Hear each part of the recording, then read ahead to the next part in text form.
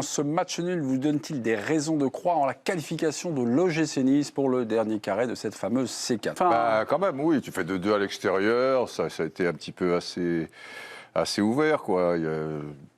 Je les vois plutôt mieux placés chez eux. Après, des fois, comme cette histoire de but à l'extérieur, là, pour le coup, c'est dommage, ça compte plus vraiment. Voilà, il n'y a pas un écart énorme, même plus du tout, même il n'y a pas un écart énorme entre les deux équipes. On voyait bien que Nice, de temps en temps, Bâle réussit, enfin, c'est quand même faible, quoi, non? Enfin, je trouvais, mais... Ils prennent 2 buts gag. Ouais. Normalement, ils doivent marquer. Il y a 3 buts. C'est un mauvais résultat. Franchement, ils peuvent avoir des regrets, Nice. Oui. Ils sont largement au-dessus.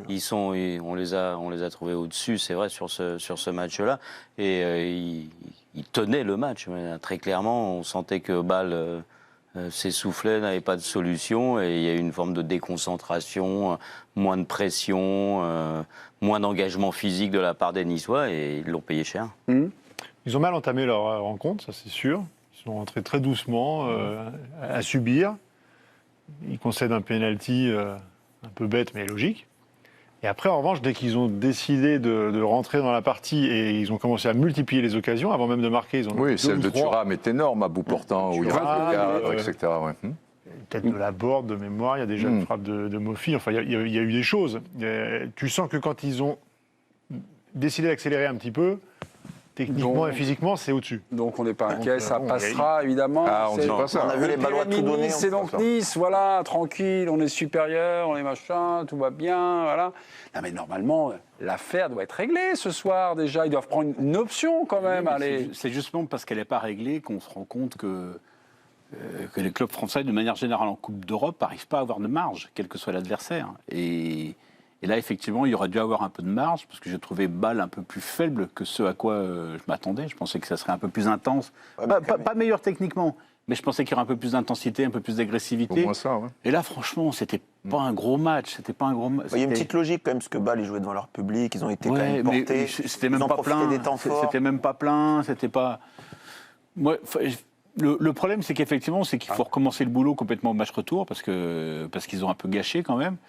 Et qu'au match retour, on ne sait jamais. Mais non, mais enfin, en termes de talent, en termes de tout, il y aura la différence. Mais le deuxième but, il est invraisemblable. C'est pas possible qu'un gars soit tout seul sur la ligne des 6 mètres, comme ça, sur un centre, son attaque placée. Ça, c'est pas acceptable. 2 buts casquette. La faute de Todibo. Il y a eu un moment. Elle est aussi invraisemblable pour moi. Oui, c'est vrai, oui, absolument. Parce que mettre le bras à cet endroit-là. Ouais, non, mais il y a eu un moment, un flottement. On pensait qu'il y avait le VAR, mais je ne pense pas qu'il y ait le VAR encore en C4.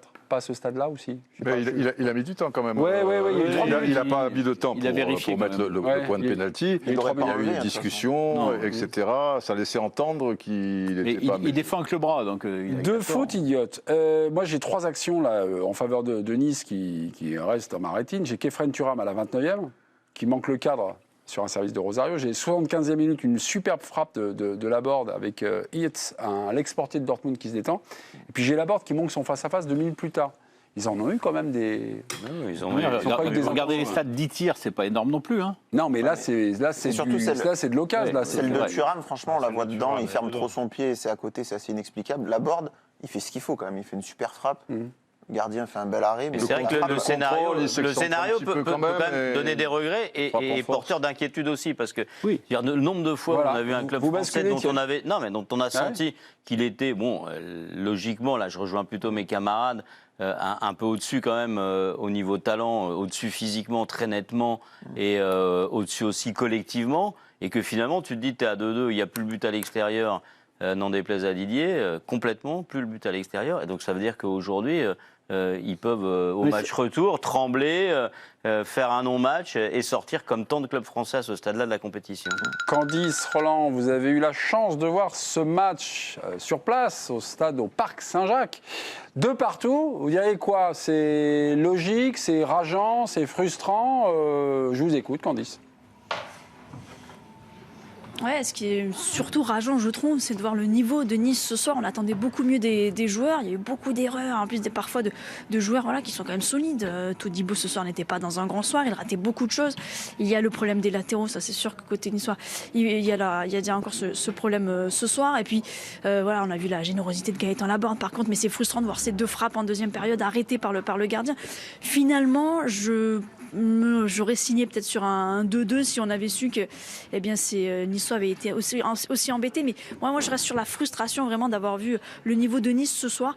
2-2, voilà, ils restent ouverts pour le match retour. Mais j'ai envie de croire en fait en cette équipe de Nice, me dire à domicile, le match retour, sachant qu'ils n'ont pas fait un grand match ce soir, ils ne pourront pas passer à côté. C'est impossible qu'ils passent à côté au match retour parce qu'ils se doivent une revanche, ils doivent une revanche aux supporters et puis surtout à domicile. Voilà, il faut aller la chercher cette demi-finale, la première de l'histoire du club. Ils se doivent une revanche. Merci beaucoup, Candice. Mais en fait, Nice qui fait match nul, c'est pas si extraordinaire que ça. Puisque depuis que Digard a pris les commandes, alors ça avait commencé tambour battant avec une volée contre Montpellier, puis après ils avaient enchaîné des succès. J'ai 7 matchs nuls sur 16 matchs total pour Didier Digard, et puis là, sur les 10 derniers matchs, j'ai 6 matchs nuls pour Digard. Donc finalement, ce qu'on a vu ce soir, c'est à peu de choses près le visage ou le rendement que nous offre Nice en championnat depuis déjà quelques semaines, ou un bon mois, quoi. C'est-à-dire que gagner 3 fois sur 10, c'est pas énorme quand même. Ah non, donc, non. 6 matchs nuls, une défaite, 3 victoires. Ça correspond un peu à un essoufflement de l'état de grâce, quand même, globalement, et aussi au fait qu'ils ne trouvent pas particulièrement de solutions nouvelles et durables dans le jeu. Malgré Thuram, malgré Mofi, qui ce soir ne peut pas faire beaucoup plus. Je trouve qu'il y a des postes où il ne se passe pas grand-chose, notamment aujourd'hui dans les couloirs, il ne s'est pas passé grand-chose, c'était un peu décevant. Les mauvais esprits disent que finalement, Digard a pris la confiance, a commencé à vouloir faire changer, à se prendre pour un grand entraîneur, changer de système, et il a déréglé sa machine, alors que le 4-3-3 était le système parfait. C'est qui ces mauvais esprits? C'est comme ça, c'est comme ça. Non, je donne jamais, quand c'est des mauvais esprits, je donne jamais. Quand c'est des compliments, évidemment, vous me connaissez, vous n'avez pas frappé un lâche, comme dirait l'autre. On pourrait s'amuser à revisionner quand même quelques larges extraits de ces premiers matchs où il y avait ce fameux effet d'euphorie quand un coach arrive et qu'il y a une osmose avec le vestiaire. Ça se basait aussi beaucoup quand même sur le dépassement de fonction.